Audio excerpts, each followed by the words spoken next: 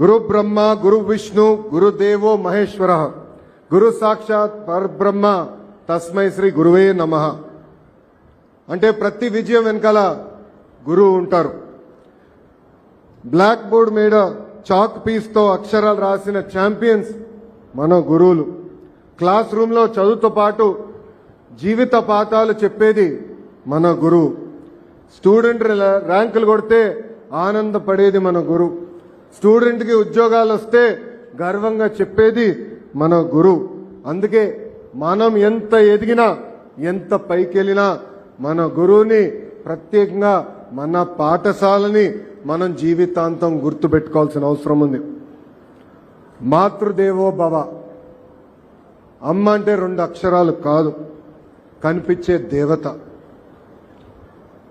తన జీవితం మన కోసం త్యాగం చేసేది మన అమ్మ. మన భవిష్యత్తు కోసం అహర్నిశలు కష్టపడేది మన అమ్మ. మనకి నడక నేర్పేది అమ్మ, మనకి బాధ్యత కూడా నేర్పేది అమ్మ.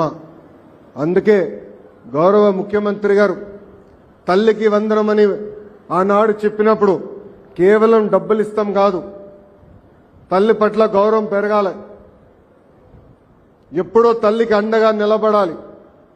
నేను పాదయాత్రలో ఎప్పుడు చెప్పేవాడిని, అమ్మని జాగ్రత్తగా చూసుకొని నాన్ని ఏడ్పించమని.